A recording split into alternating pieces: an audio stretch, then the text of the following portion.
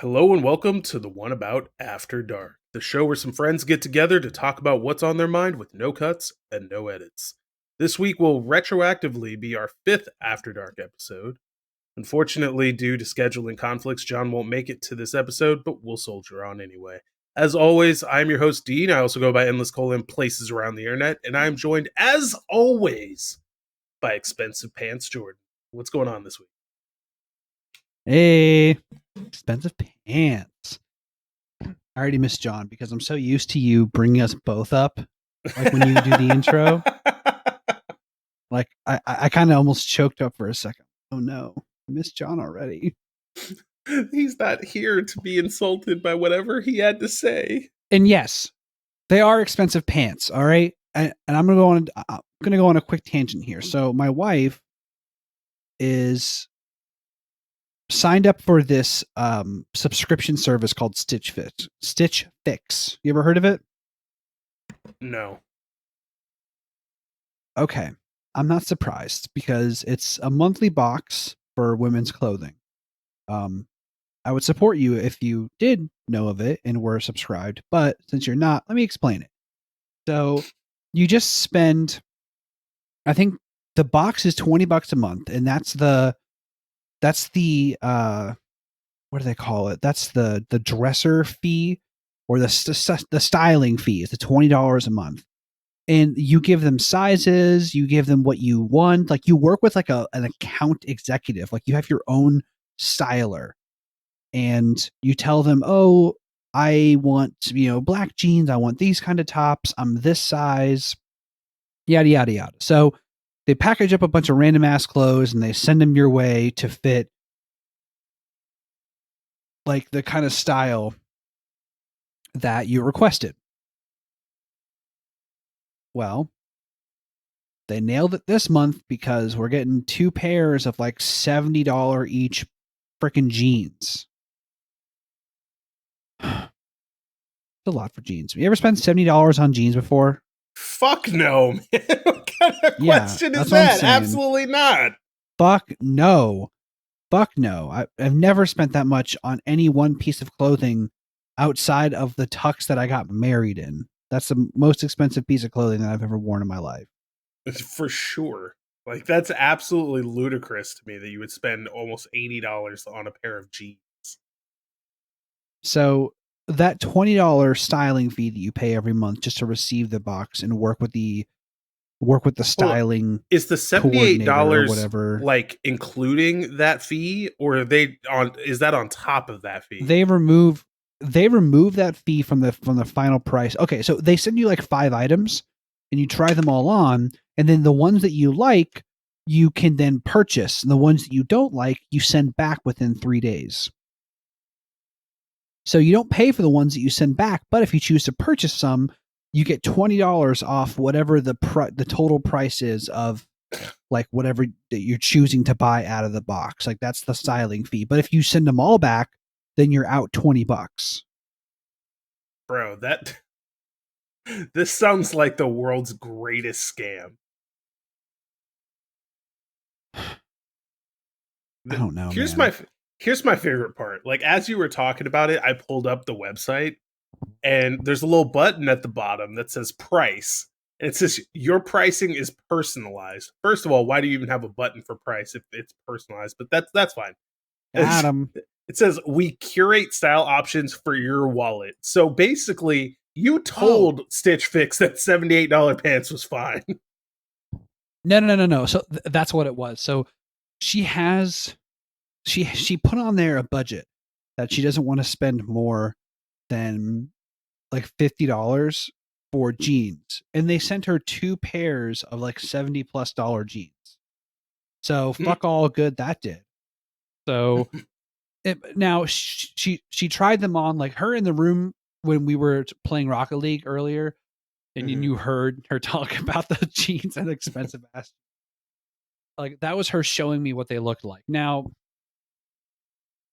I gotta give it to the jeans look the jeans look great. I mean they look really good. All right, I can't hate on them. The perfect size. They look great on her, and it makes her happy. So she's getting two jeans. But fuck, man, that's so expensive. fucking I thought insane amount spent on cheats. I well, here's what I'm hoping is that they last a long, right? That's what we like. I wear They clothes won't. until they are destroyed, until they are like decomposing. That's how long I wear clothes for because I'm a disgusting animal. And I think, and my hope is that she'll wear these a long time too, so we can get the money's worth. But she looks incredible in them, so whatever, she'll get them. And I thought subscription boxes were dead. Like that was such a huge thing in like the mid 2010s. Like remember when those really hit and you had the what was the like the nerdy box that everyone got? It Oh, wasn't called loot box. It was called something else. Loot Crate. Loot Crate, that's what it was. Everyone that I knew was subscribed to Loot Crate. And every other month they got some pretty unique and cool shit, but mostly it was just kind of whatever. Dude, I tried that shit out, and after a couple of months, I was like, this is just garbage that I'm never going to even look at again. You're accruing more garbage, right? Exactly. I'm like actively accruing total fucking garbage. And even the shirts are like so hardcore Loot Crate branded that like I don't want to wear them, you know? But they Yeah. try and like You could they just be try like and chill. fucking lure you in with this temptation like maybe you'll get the mega Loot Crate with all this awesome shit in it. Spoiler, you won't. But but like there's Was always that there like carrot dangled in front of you. a chance that you'll like be randomly assigned a better Yep. crate or something? Yeah, so like one person out of all of their subscribers will randomly get the regular crate plus this mega crate with like really expensive shit in it. Oh, I didn't know about that. Yeah. Obviously, no one I knew ever got that. And one person out of all their subscribers, bro, they must have Yeah, had like tens the of shit's like thousands. winning the lottery. It's fucking ludicrous. Now, I will tell It was you, so popular. there's a couple of crates out there. Like to your point, there's a fuck ton of crates out there. There's crates for clothes, for wine, for nerdy shit, but there's two crates out there for video games. And you can like pick your tier, which is essentially like how many games they'll send you, pick what systems you want them for, and they'll just send you random video games every month. You can even like create a list of your library. So you could be like, you know, I already have Super Star Wars for Super Nintendo. Don't send me that game. And they won't. That's the shit that How I'm is that like, I kind of want to sign up for this. how is that economic? The crate. Depends on how many games that you want. So let's see. I think one of them is Video Game Treasure. From like any Oh, Retro generation? Game Treasure. Or do you like pick the generation? Yeah, so you pick your consoles. So you could pick um let me see. Can I see what consoles they have available? Yes, I can. So they have NES, Super Nintendo, Game Boy Color, Game Boy Advance, N64, Atari 2600, Sega Master System, Sega CD, Sega Genesis, Nintendo DS, Nintendo GameCube, PS1, Wii, Dreamcast, PS2, PSP, Xbox, and Game. You think these are just reprints or like recartridges, No, they're real especially for the games. retro ones? They're real games. Once again, how is that economical? I don't know, but they've been around long enough that it must be. I How many imagine. games do you get? So, all right, let's just go through it. Why not? So, a 1 month subscription. So apparently, Retro Great Game Treasure just is what it is. So you can prepay for monthly plans, or you just get the 1 month plan. The 1 month plan is $35.99, and that gets you Does it tell me?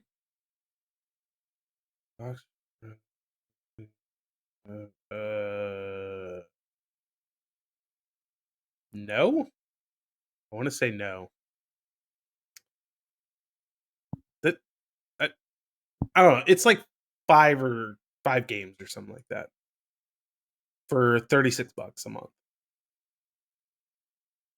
Which I mean, really, Uh, I mean, it's not great, but it's not bad. Like you figure whatever. if you get 5 games for $35, that's like what, $7 a game, Mm-hmm. something like that.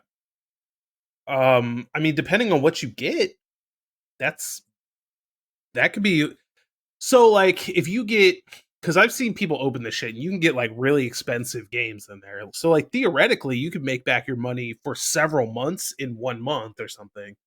But I think like for me, the bigger draw of something like this is that you're going to get games that you wouldn't necessarily buy for yourself. And like Okay, so you can find maybe a secret treat, little hidden right, gem. right. Because like both of the companies that I'm aware of that do this, I can't remember what the other one is called right now. Um, but both of them have this like pledge, for lack of a better word, to not give you really shitty games. So, No, like actually, LJN games. yeah, exactly. Although the one that I can't think of, they do something similar to what I was talking about with Loot Crate that does that like Mega Crate or whatever. Except that like one random subscriber will get their shitty games box where they just send you nothing but shitty games. I love that. I saw somebody on YouTube open it up and they got like 12 Barbie games and like 4 copies of this like Nailed it. Mary Kate and Ashley GBA game and shit. I'm like, that's fucking hilarious. But yeah, I don't know. I'm really considering signing up for one of these. Mostly because like, That one, go ahead. I was gonna say that one doesn't sound too bad. Yeah. Yeah, they're both pretty similar. I think the major difference between the two of them is what consoles are available. But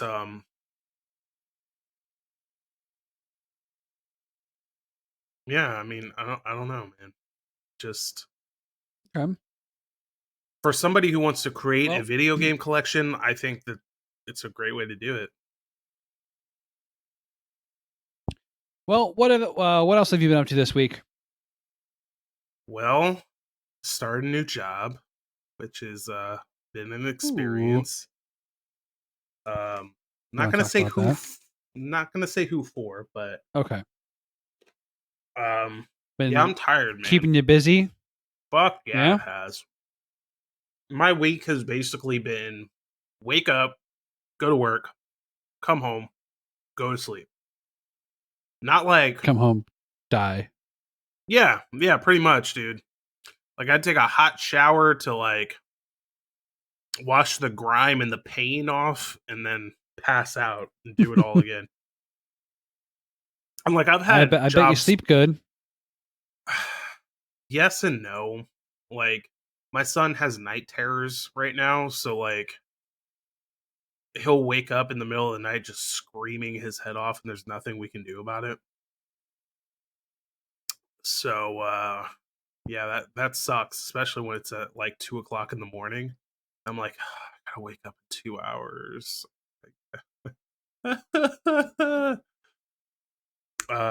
But yeah, like I've had hardworking jobs before, and like I can still come home and just like relax and watch TV, play games, whatever.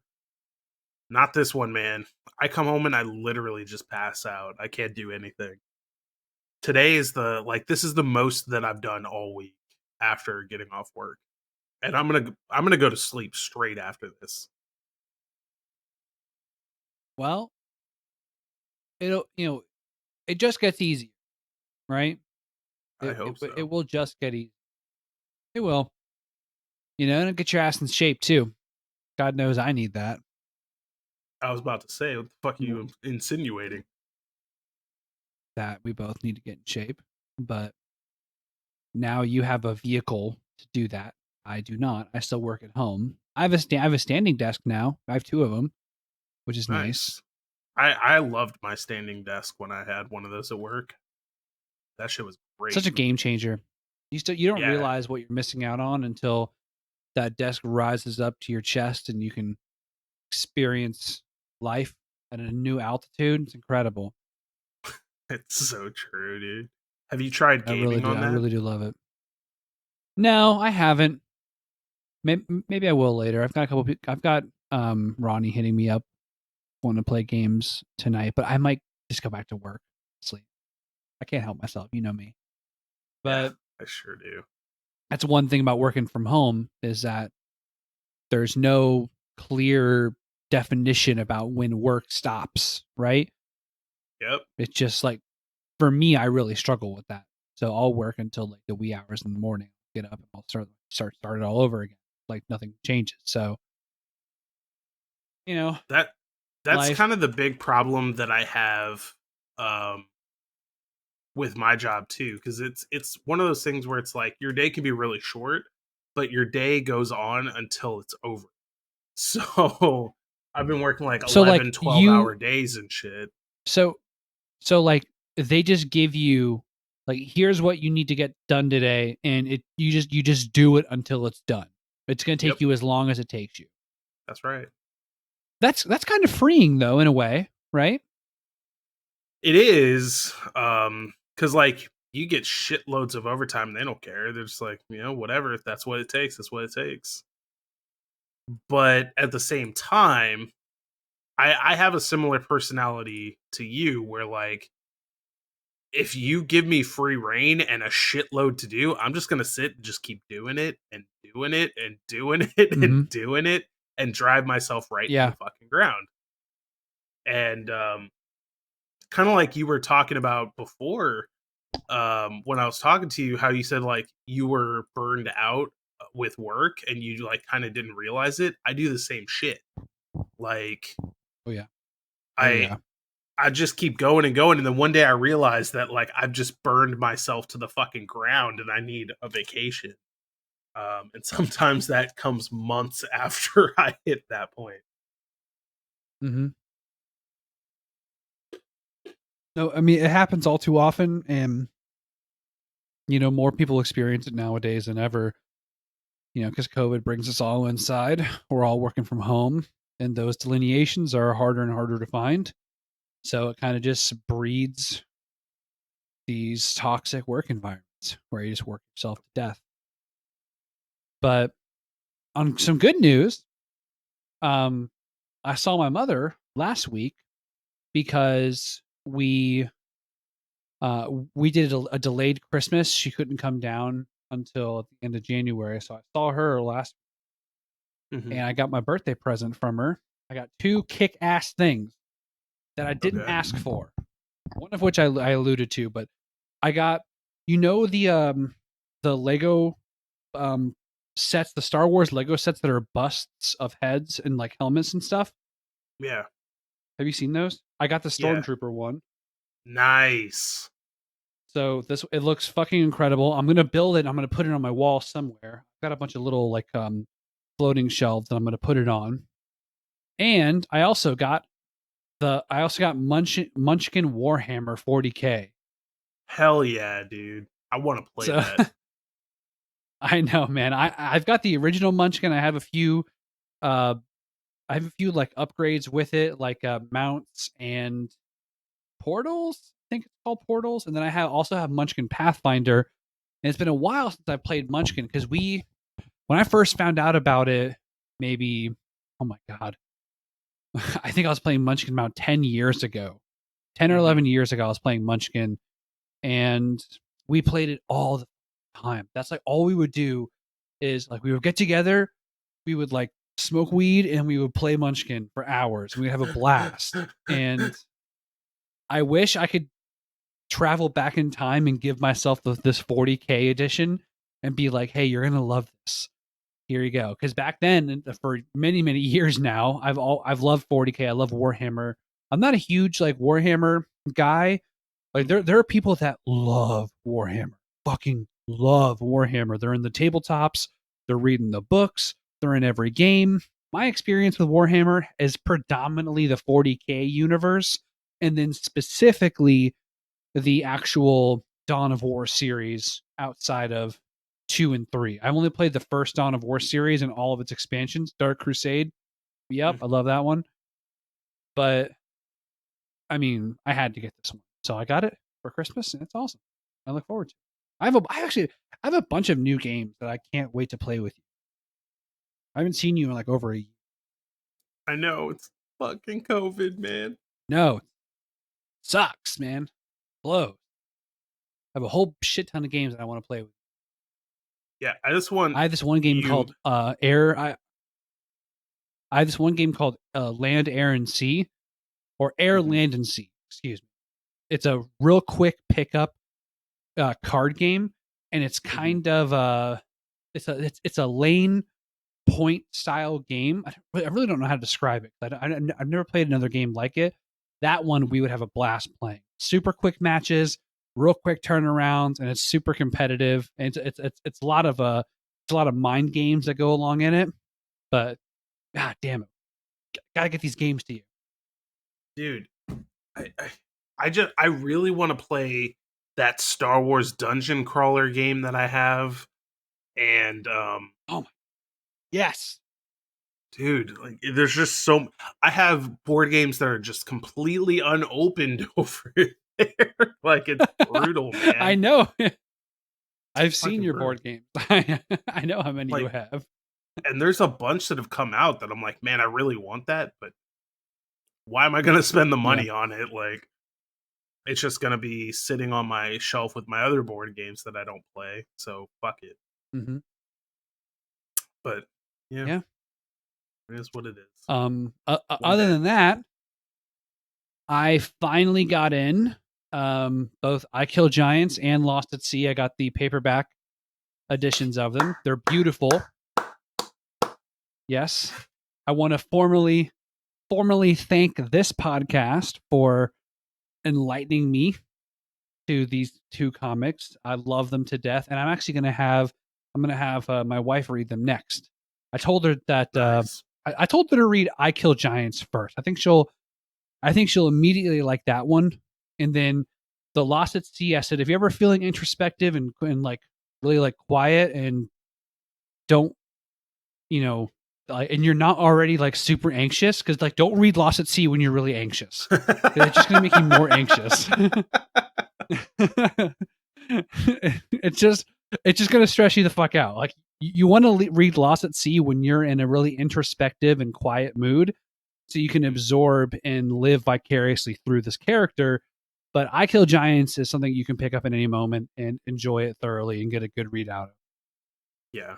Yeah. So I'm glad I have those two, and we'll see if I add a third to my list. I know we're slated to bring one up here shortly. I have yet to really dig into it, but I look forward to it.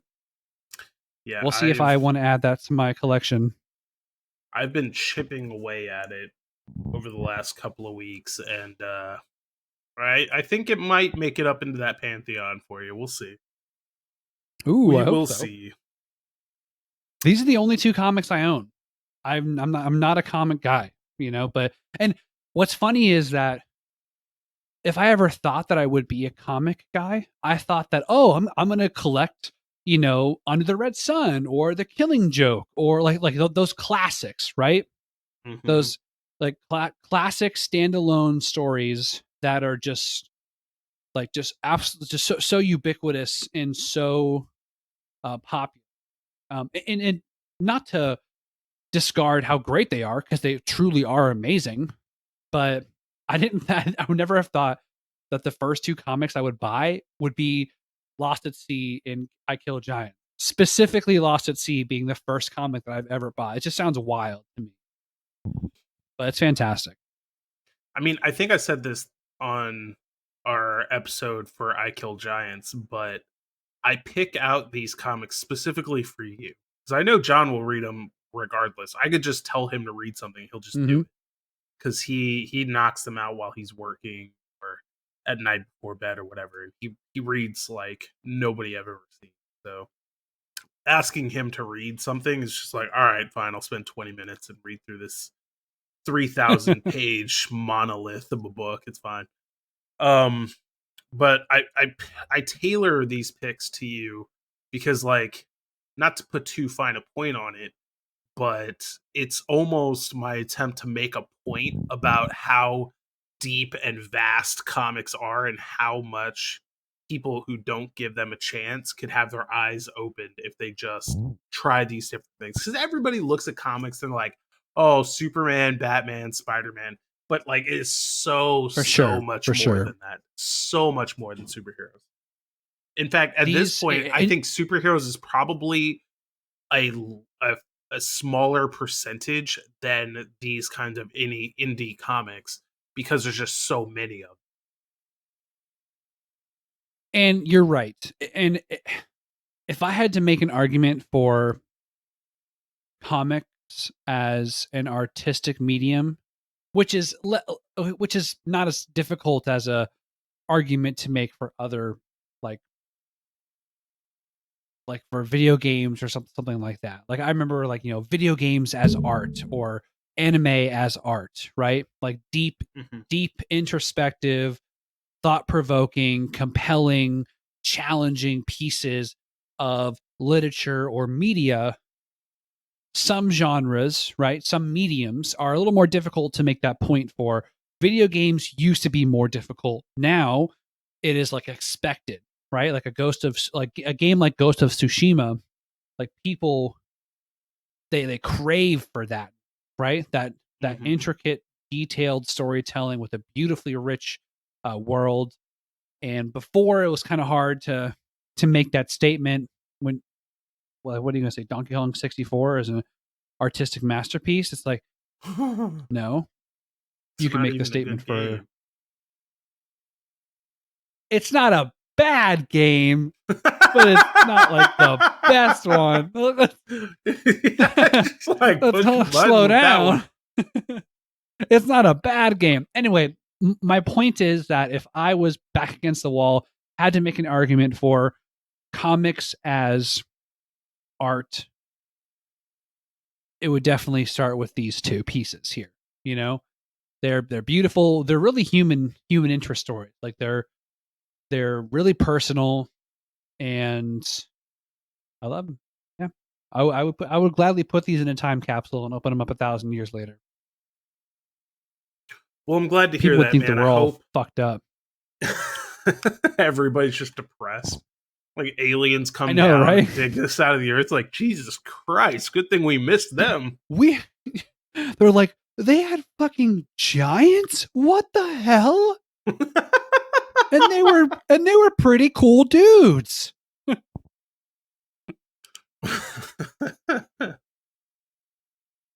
But that is something that we will explore next week. This week, it's the one about After Dark, where we talk about whatever the hell we want. Hey. It's Jordan, just free form. why don't you kick it off, man? What is your spicy After Dark topic? Does it have to be spicy? Right? No. What's your favorite? What's your favorite hot sauce? Um, Frank's. fuck off, Franks. Here's Whatever, dude. here's my thing. I say Frank's Are you gonna? for I'm serious.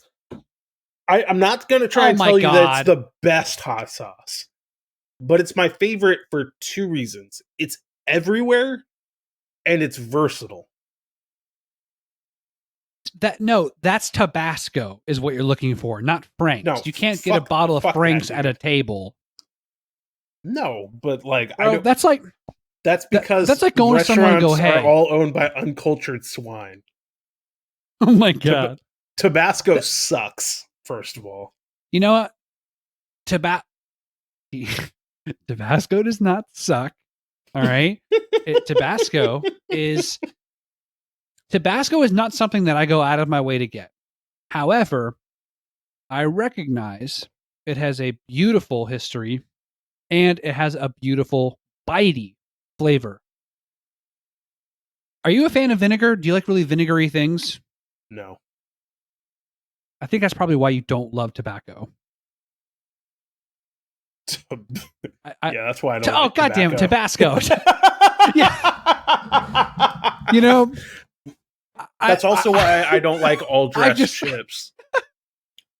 which is a fucking travesty, and you're an uncultured swine for that. But Tabasco is very vinegar forward. They ferment and they let those blended those blended peppers sit in wooden barrels, and they let them ferment for, I believe, years, like 3 or 4 years. I watched a documentary on it, and they mix it with the vinegar and the other spices and whatever goes into Tabasco. And Tabasco's real bitey. It has a really strong front end. It doesn't hang around, right? But it drops a line and then it just goes to the back of the line. It drops a note, goes back home. And it has some redeeming qualities because it does that so effectively. Now, other hot sauces, of course, linger, but Tabasco has a home on my plate. I actually, you know what? I have a bottle of Tabasco here, but it's the habanero Tabasco, which definitely lingers a lot longer. But if I had to be honest, lumping in Tabasco in the suite of basics like hot sauce, like I'm going to call them foundational hot sauces. And I'm gonna and let me know if you agree with this. So there's a few brands that come to mind. There's Frank's, there's Tabasco, there's Crystal, there's Texas Pete, there's Louisiana hot sauce, and that's all that I can think of at the top of my head. There may be another one, but those are what's popular around me. Those to me I think you are make an argument for sriracha at this point too. and especially in Florida, Cholula. Yeah. Yes. Sriracha is Absolutely. a real, like, I would say bring Cholula in well before Sriracha because Sriracha is really off the rails. It's nowhere near the others. Well, at least Cholula is in the same wheelhouse as the other one. Yeah, I get Anyway, what you mean. The only reason that I would kind of throw it in there is because of its sheer ubiquity at this point. It's one of those hot sure. sauces that like everybody kind of likes and they just put on fucking everything. Like So it's of one of those those it ones, go ahead, go ahead. I stopped doing that. I did it a few years ago when people were buying fucking Sriracha shirts and they were, all heads over tails for Sriracha, and it was in every, like, it had that bacon wave. Remember when people got obsessed about bacon? The same Yeah. shit happened with Sriracha. Like, it went on everything. And Yep. Sriracha and bacon have staying power and they're fantastic. And when used effectively, they're absolute gangbusters on food. But Mhm. calm down, guys. Calm down, right? Yeah. Like, don't ruin it for the rest of society here. Let's not put them where they don't belong.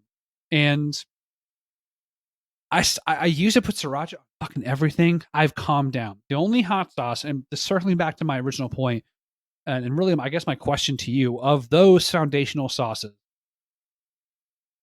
I would pick as my favorite Crystal.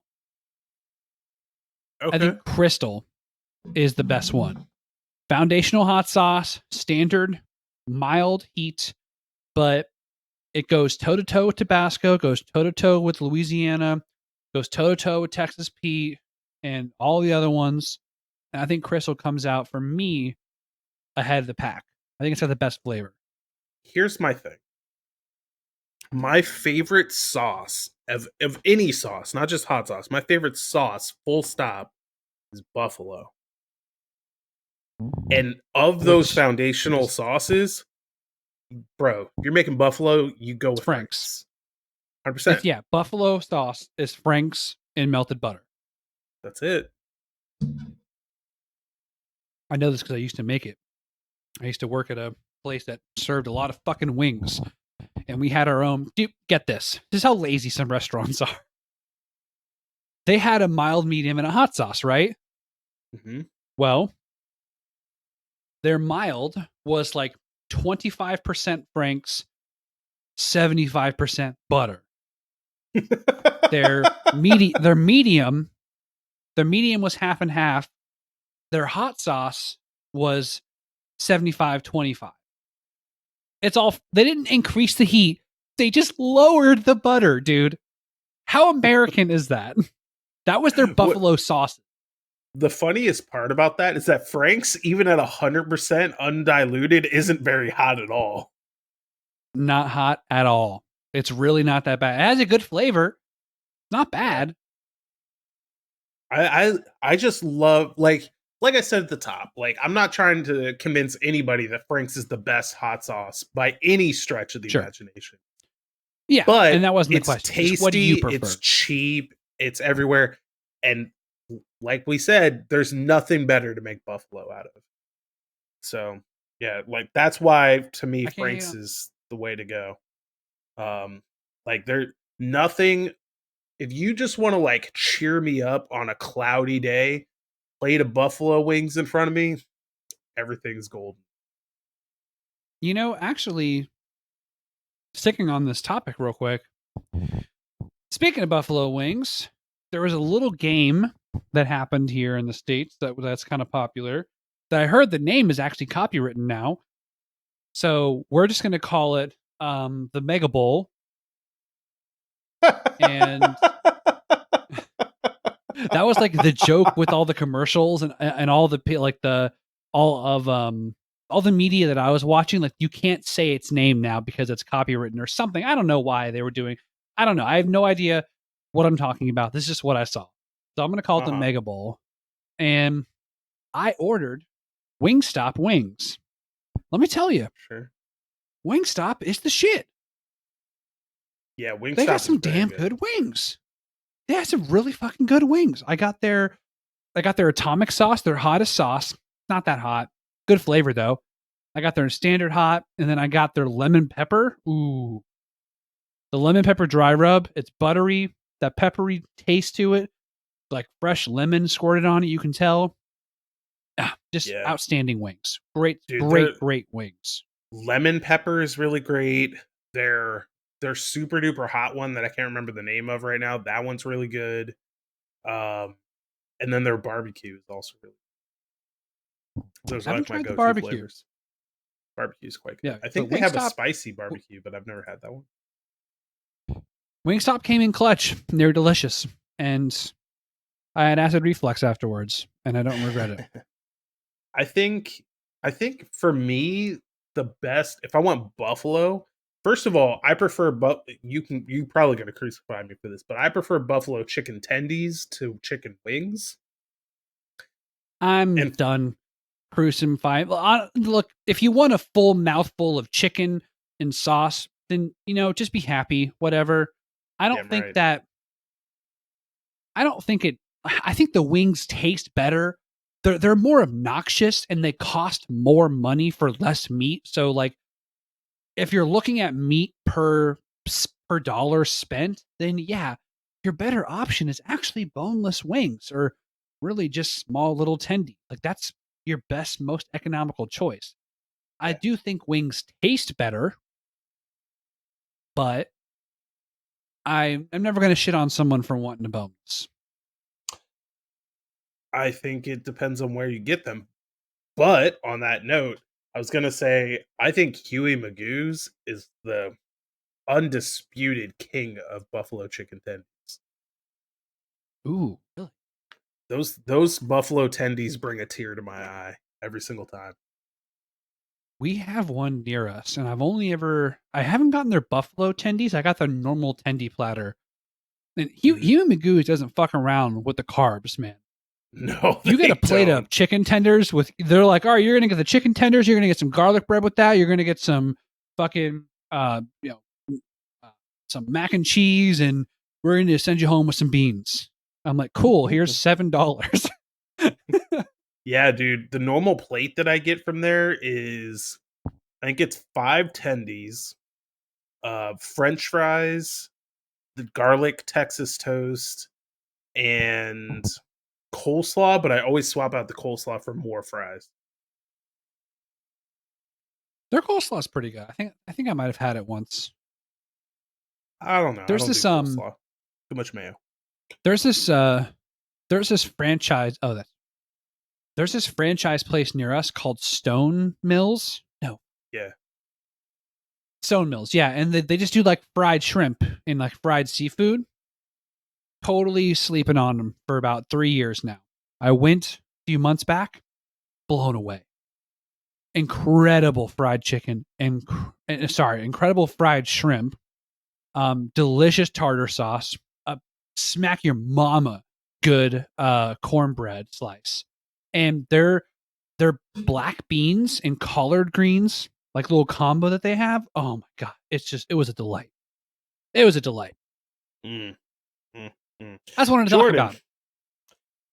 Jordan, we're 41 minutes into this podcast. What is your first topic, man? 20 minutes of which were talking about spicy food. Well, I mean, it's a good topic, spicy food. I could talk way more about it. Yeah, it sure could.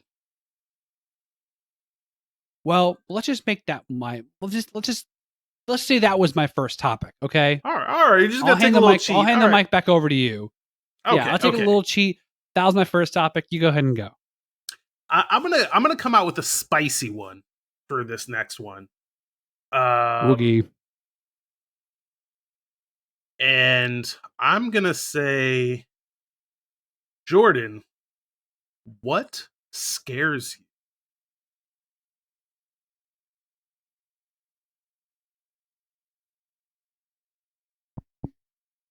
Dead air. No. Me too.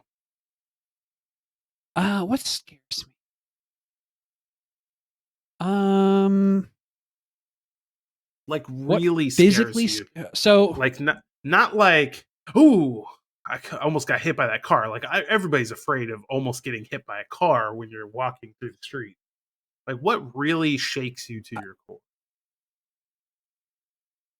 I don't know. Like so I'll tell you physically what does. So I do have some relatively minor thalassophobia. What is that? So it's the fear of deep, open, unending water. Oh. Okay. So, for instance, something that would absolutely fucking murder me if I'm like dropped off in the middle of the ocean with like miles of ocean beneath me and I'm just floating there. Fuck that. The thought of it just makes me so anxious. Like that is absolutely terrifying to me. And I think I know exactly where it came from. I think I remember the exact point in which I actually developed this slight phobia.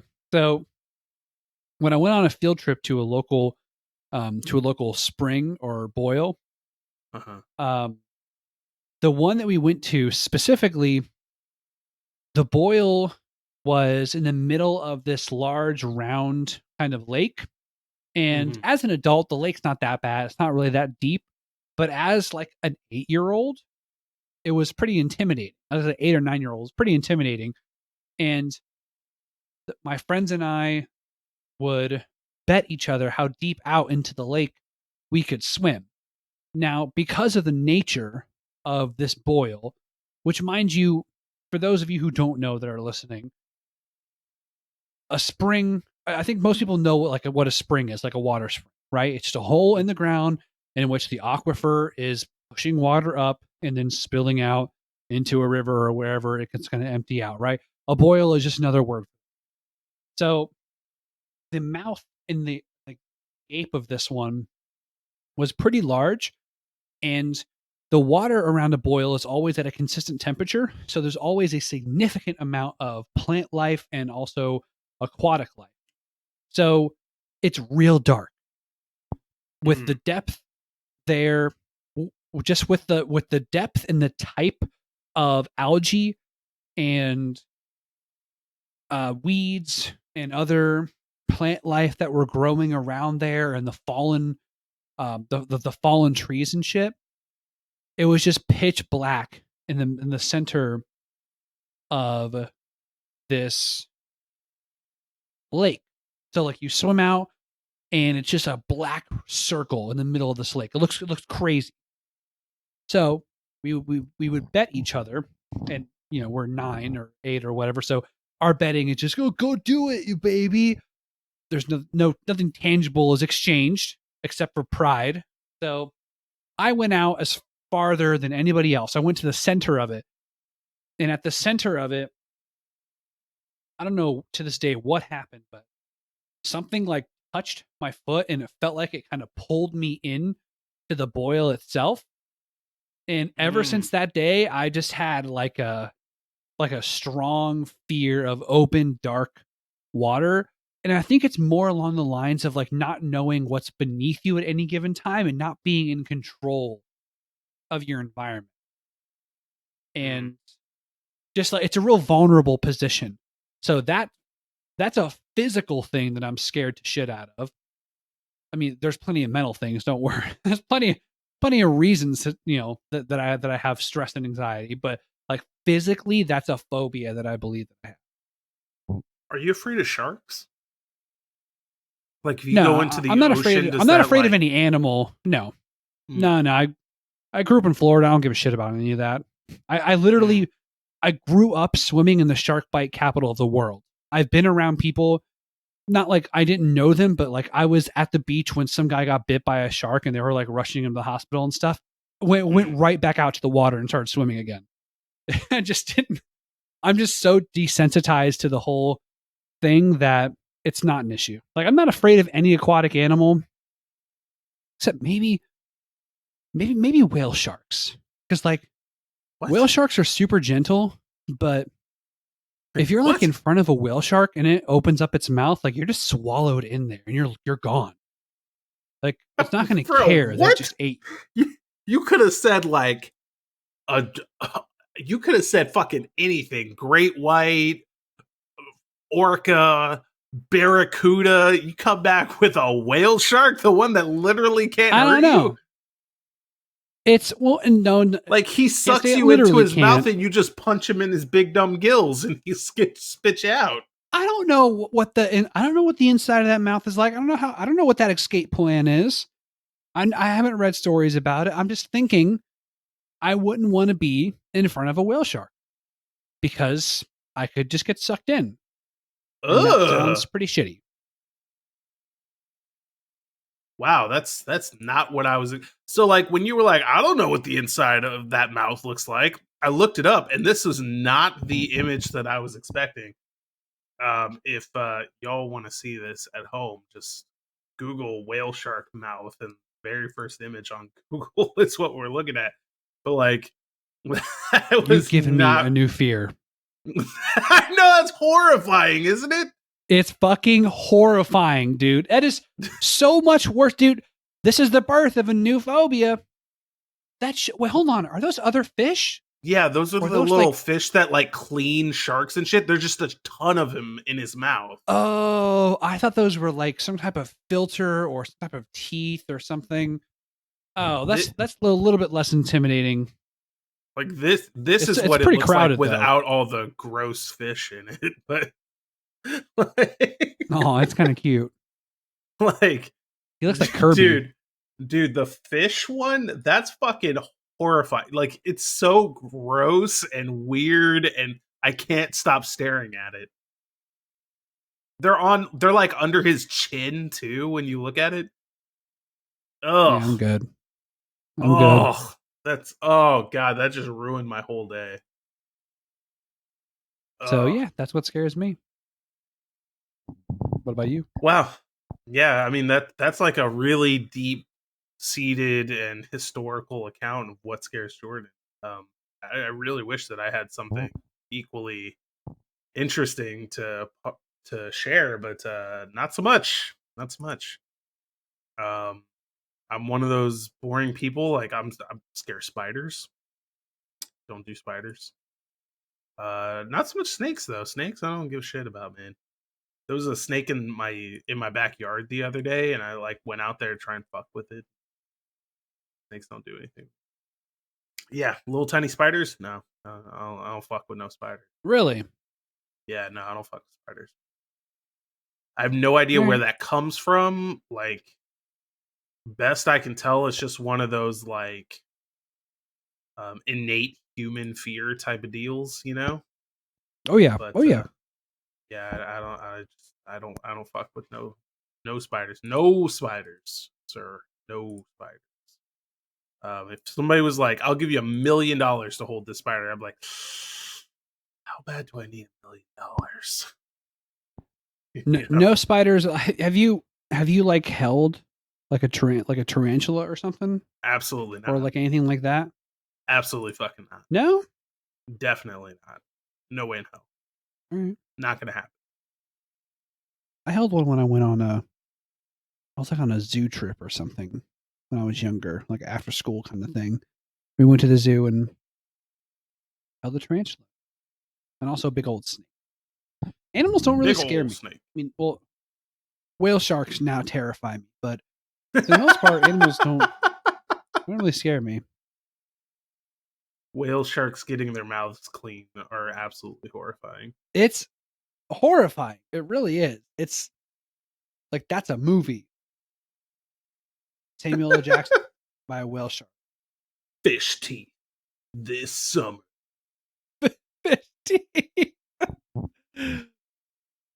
Oh It's shit. not a movie about fish with teeth. It's about a movie with it's a movie about a fish with other fish as teeth. Exactly. None of them are lethal in any real way. Jesus Christ, dude. What a Piranhas actually would fuck me up. yeah? Like piranhas, they're not as dangerous as everyone like.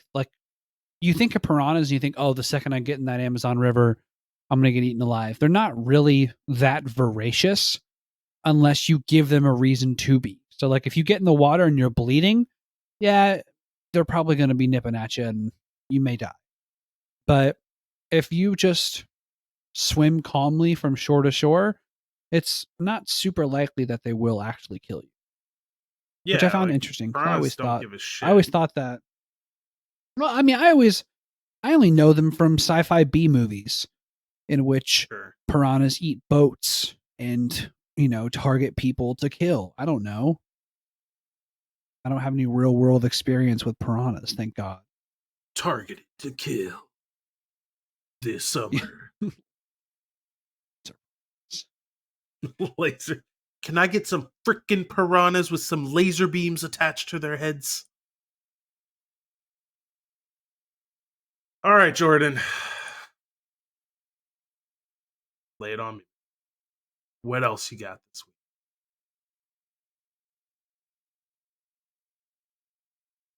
I wanted to talk about something interesting that a YouTube channel is. I don't know if they've spawned it or they have if they're just sponsoring it. So anyway, Hmm. the YouTube channel Kurtzkazats, have you heard of it? Yeah. Yeah. So they do the I'm not going to spell it. So if you're listening, you're not going to fucking get me to spell it. Sorry. Just try and Google it, punch the keyboard and figure it out. So um they make like informational scientific infograph type of videos with like voice overlay. Kind of like ASAP Science and Vsauce has done for a couple of their episodes. Like that's all they do is make super high quality animation and hit a very researched or maybe an under researched topic, and they just talk about it and they expand on it. And they're usually all fantastic video, incredible video. They put a lot of time into researching them, and they're really thought provoking. Anyway, one of their videos from a few years ago spawned a calendar that I now own. I think we've talked about this calendar, right? Mm. So the calendar, the human era calendar, and it's from one of their 2017 videos. I believe it's 2017, maybe 2016. From one of their earlier videos talking about how we really end up shooting ourselves in the foot by only considering the last 2,000 years as positive date intervals. Mm. Because if I came to you, Dean, and I'm like, hey, Dean, what happened in the year minus 1260 AD? You'll be like, fuck off. But you may have some more knowledge starting at 0 to 2021, correct? You may have a better Right. understanding of it. It's what I'm saying is that naturally those positive numbers are easier to understand, and it's harder to conceptualize time going back before 0 and understanding the breadth of human history and human civilization, and also the timeline and the growth of us as a species. So they had a video about adding 10,000 years to our calendar. So instead of it being the year 2021, it would actually be the year 12,021. Reason being is because 10,000 years ago is roughly when we started to find early signs of civilization. When the first religious monuments were built, when agriculture really started to bring people together, they formed cities and civilizations. And it's a lot easier to see the timeline looking back at the last 10,000 years than it is just looking at 2,000 years. So you can better understand, 5,000 years ago in the year, 7,021, Cleopatra was around.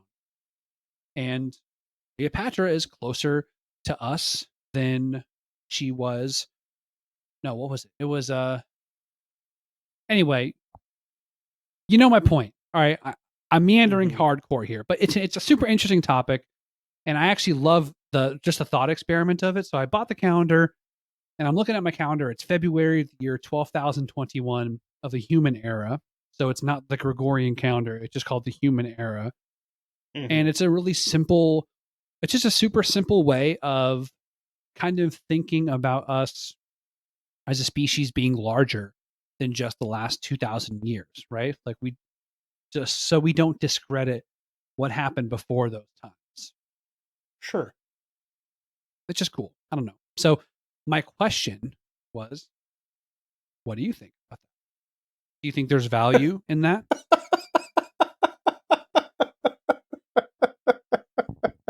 It was half tangent, half asking you, what do you think? I feel like I just got a science lesson, and then like at the end, the professor was like, "So what did you learn?" Pop quiz. What'd you learn? In 50 words or less, explain to me how that made you feel. So, my response to that is going to be really kind of long-winded. But I'm going to read to you an excerpt from Britannica.com on a subject that I was curious about not too long ago. That's sort of tangentially related to that, that will, I think, in the end, circle back to answer your question. So, about a month ago, I was thinking to myself in the shower one day, like you do, why the fuck is there 28 days in February? Couldn't we just like shave a couple of days off these months with 31 and just average everything out to 30? And so I looked it up, and Britannica has a really lovely article on this subject. And it reads as such: each month in the modern Gregorian calendar consists of at least 28 days. That number would be a nicely rounded 30 were it not for February. While every month besides the second in the calendar contains at least 30 days, February falls short with 28 and 29 on a leap year. So, why is the most widely used calendar in the world so inconsistent in the length of its months? And why is February stuck with the fewest number of days? The Gregorian calendar's oldest ancestor, the first Roman calendar, had a glaring difference in structure from its later variants. It consisted of 10 months rather than 12.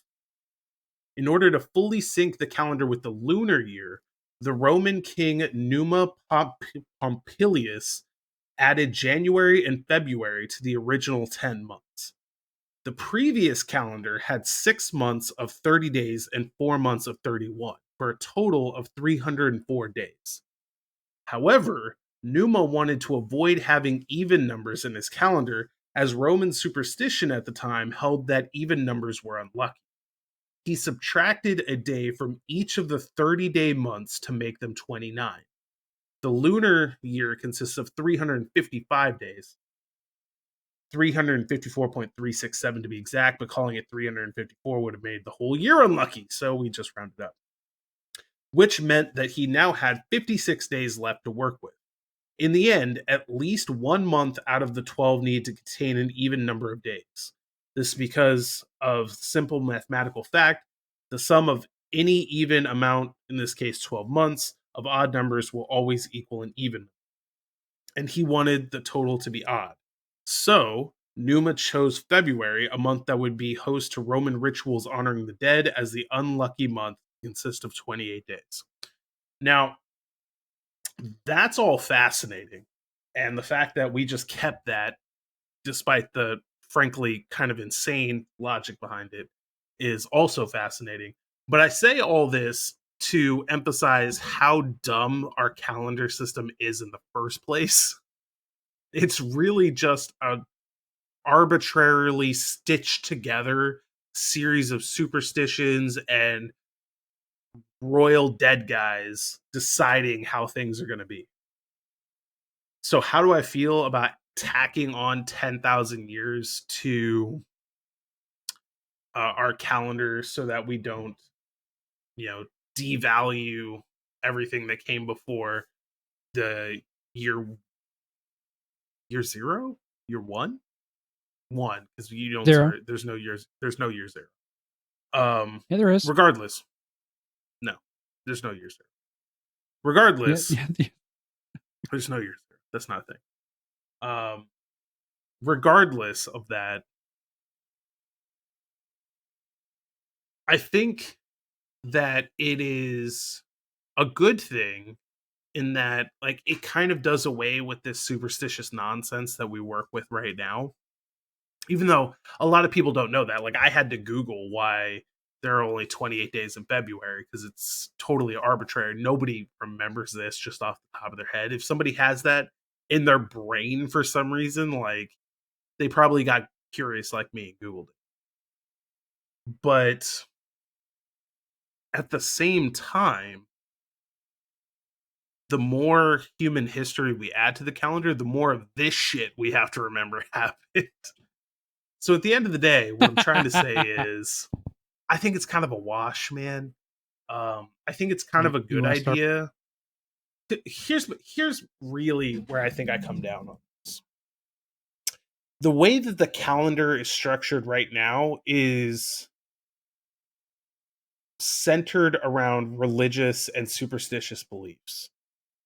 And something as agnostic as the date probably shouldn't be. So yeah, tack on 10,000 years. Let's start at the beginning of human history as we know it. Although I will say, if we find like evidence that humans existed like 5,000 years before that, that's going to be a big old mea culpa. Well, I mean, they definitely existed, but it's it's an arbitrary number to mark the beginning of like us being civilized. Well, I can't even say like building civilizations, like aggregating together Sure. and forming communities, right? Like not being hunter gatherers. So And I guess that's that's why, like fair. that's the value of it. Yeah. I guess that's fair, but I feel like at that point, why stop there? Why Like, you mean in like other what? words, Tack on more years? Yeah, like in other words, what's the point in starting when we became civilized? Why not start at the beginning of human civilization or the beginning of time or whatever I else? Why there? I think the concept is to show exponential growth because before those 10,000 years, we were hunter gatherers for tens of thousands, of years. I mean, nothing changed for us until we started to actually grow our own crops and form cities and sects and actually start to formalize religion and things like that. So it's mostly, I believe, to show exponential growth, to go, hey, from year 0 to year 5,000, you have, Stonehenge, you have, you know, South American and Central American relics, and you have in civilizations, and you have like Egyptian civilizations and everything. And then year 5,000, you can see from 5,000 to 8,000, we really ramped up production with human life, and when all this other shit started happening. It's just to show exponential growth, really. I think mostly. So it's to it's to get a grasp on how quickly we're growing. To say, hey, we really only started to come into ourselves into this new era of us being focused on civilization, focused on grouping together, working together, not being so animalistic. We really focused on this in the last 10,000 years. And you can see just in the last 150 years out of those 12,000 years, how exponentially things have grown, right? And you can track that up as an exponential curve. I think Doesn't that seem it puts awfully things in a pretty self-centered? cool. What do you mean? Well, I mean, like,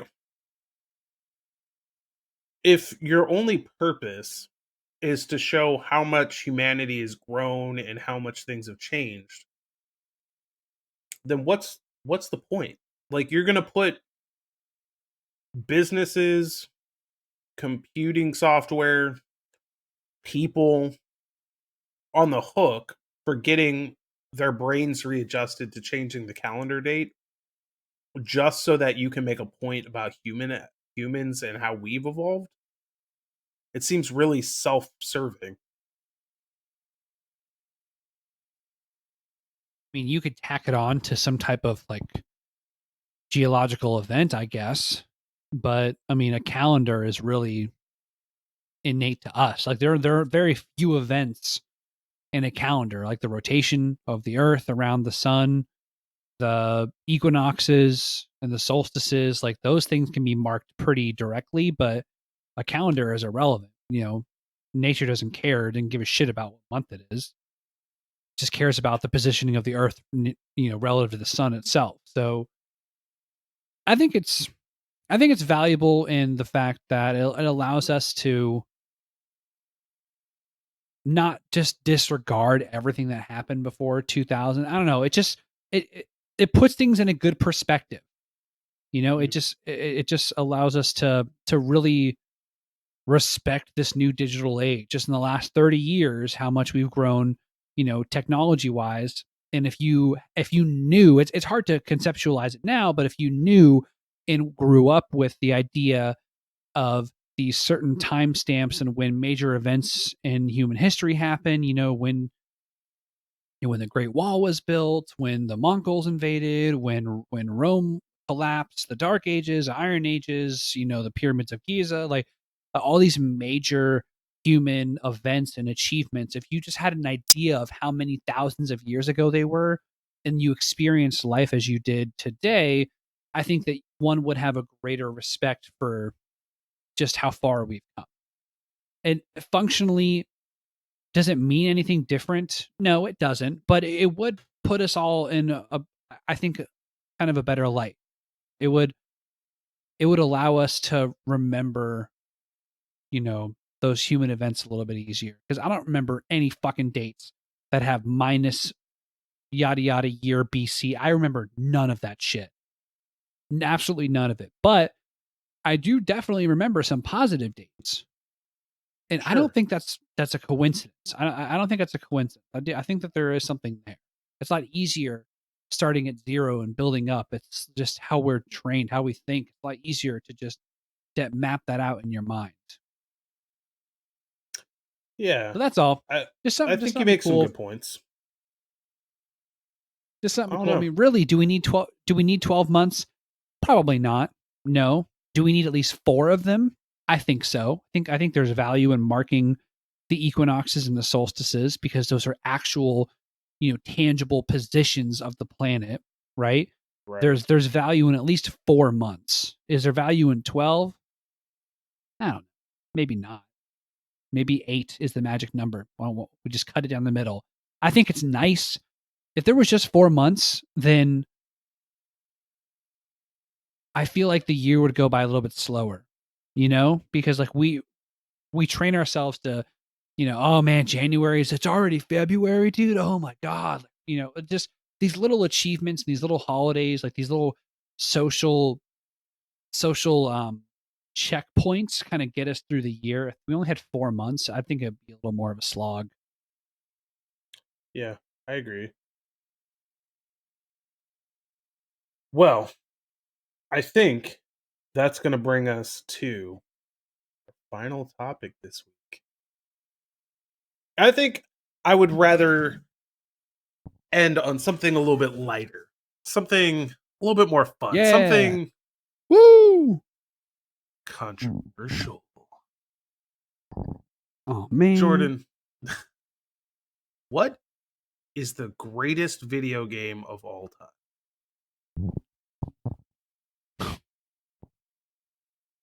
Do you want me to argue for an objective or a subjective? You can do whatever you want. Good, because I'm not going to argue for an objective opinion of that. Because it's fucking impossible. Pretty There's too much. many variables. There's too many fucking variables. Um,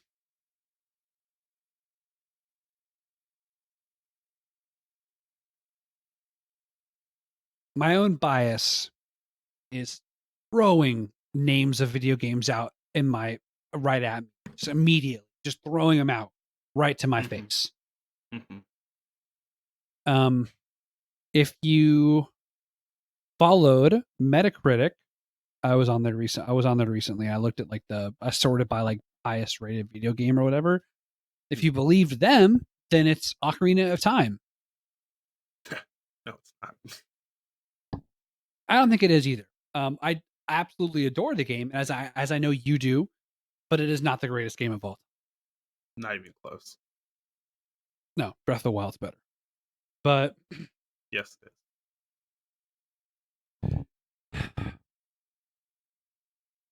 probably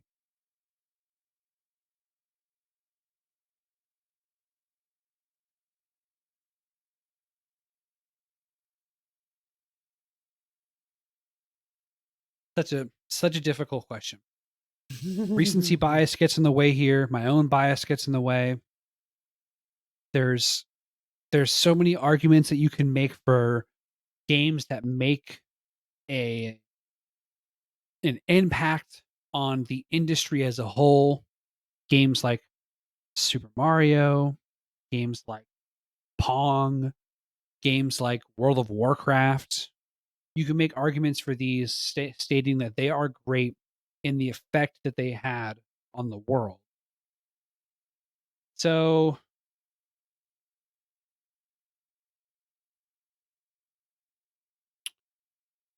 knowing all of that,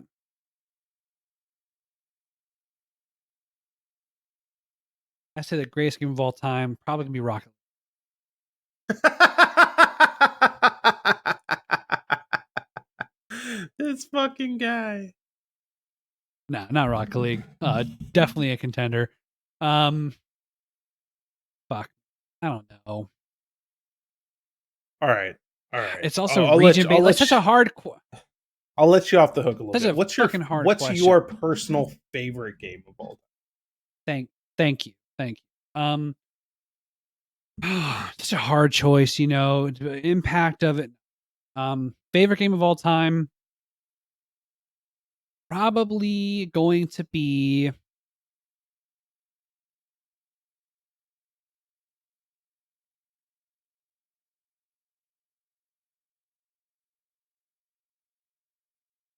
I can give you a couple that I've spent hundreds of hours in. And then once I've named these couple games, I'll have a better idea. So Okay. All right. I'm going to give you genres, not specific games. Well, Okay. okay, never mind. Final Fantasy VII, Okay. Animal Crossing, Okay. and with Animal Crossing, I'm not giving a specific Animal Crossing game. I'm just going to give Animal Crossing. Pokemon, Okay. Soul Silver. I'll give a specific one there.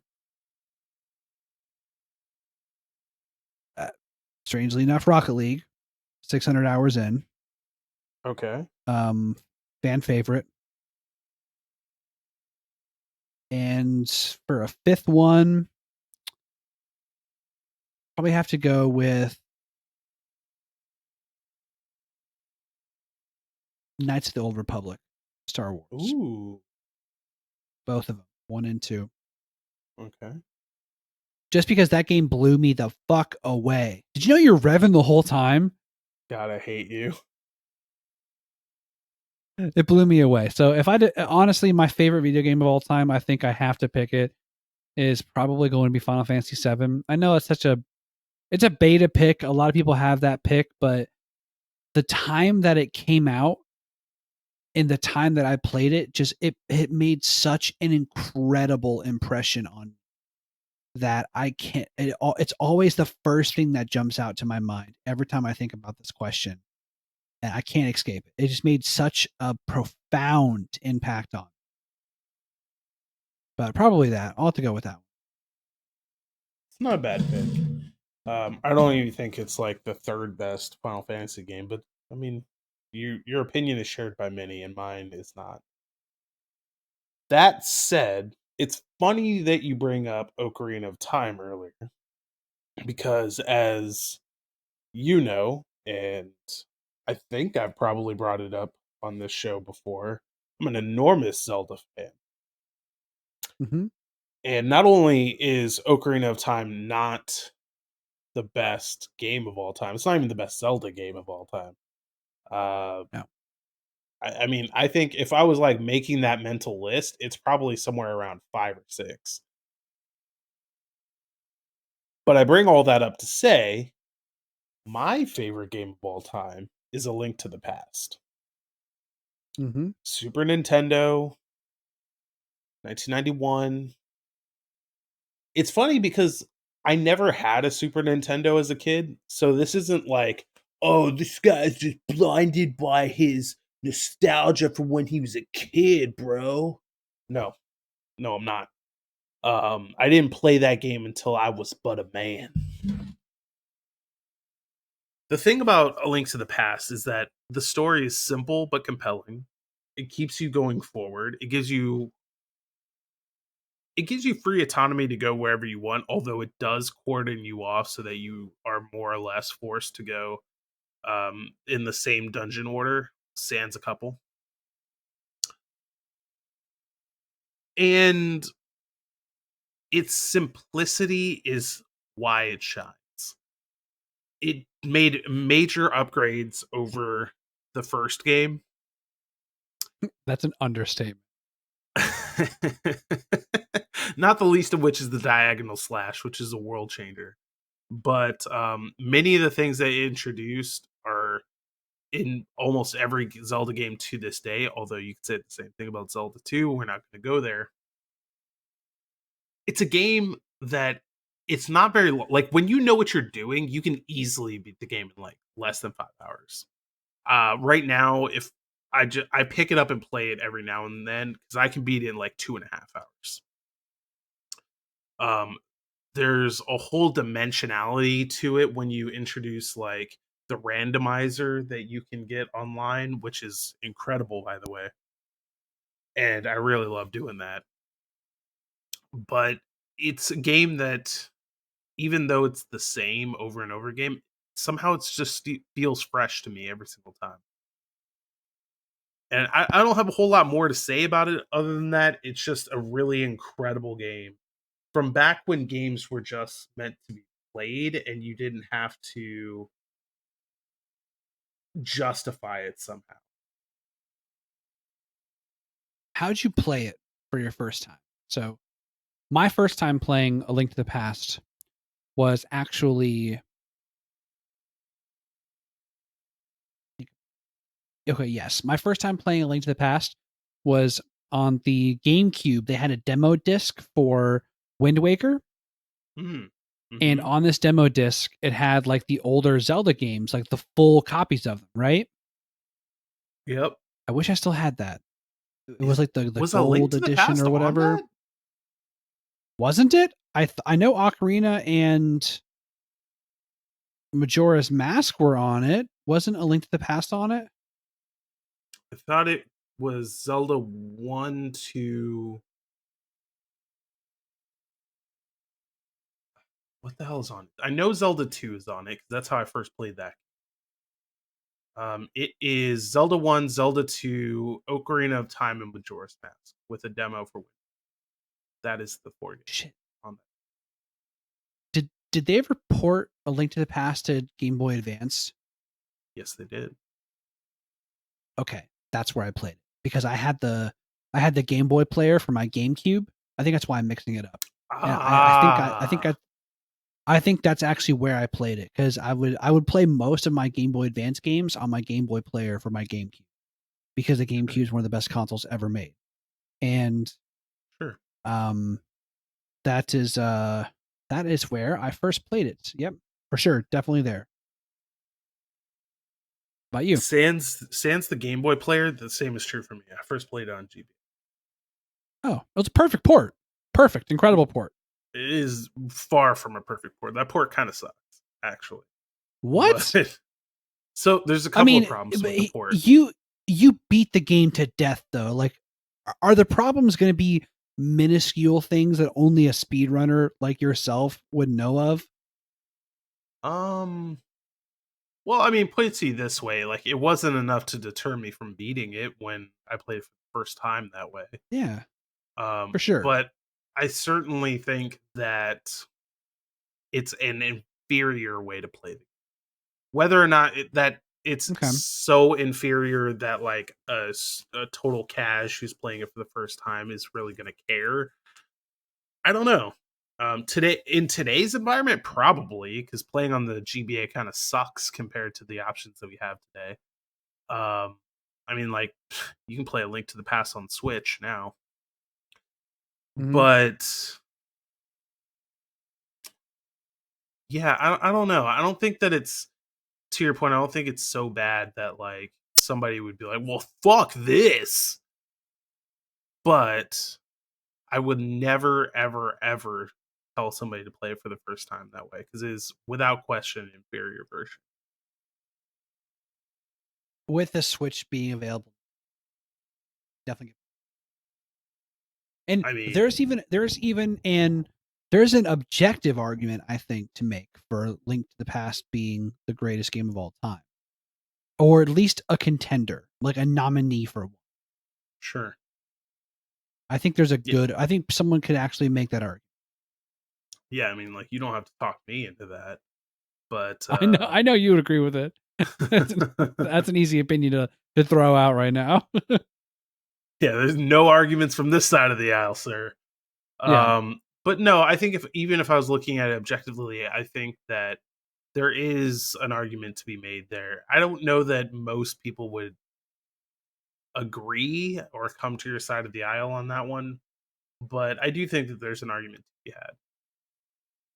I think it deserves a nomination and then further deliberation, but Yeah. it at least deserves to be on that list. Put I it think. this way: if there was like a bracket, a tournament bracket for greatest game of all time, Yeah.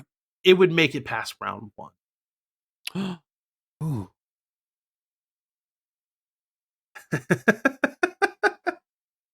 We could like you, me, and John. We could like each submit 8 games, and we could have a 24 player bracket. We could randomly have them all slotted up against each other, and then we'd have to argue for which one makes the top. Well, And there's 3 of us, so it's going to be So something's making it through each round, you know? There's no gridlock. Yeah, there's no tiebreaker. I mean, it's worth noting that IGN did this a few years ago. Exactly what you just Whatever. described. But Everyone's done it. It's just fun. IGN did it. Somehow the Simpsons did it. Too much water. It's still fun. Yes, I don't disagree. Jordan, But yeah, do you have any all I have to say. final thoughts Beat you before to we it. wrap up this week? Nope. That's all. That's all I got for you, man. All right. Well, as always, You before enjoy we go, whatever the remember hell that you you're can catch munching the on. show. Hey, don't talk shit about my flaming hot barbecue chips. Oh god, that sounds so. They are. Mm. Mm. Mm. Don't forget to leave us a review on your service of choice, or that you can come chat with us anytime over in our Discord server. You can find all of the relevant links below. And as always, have fun out there.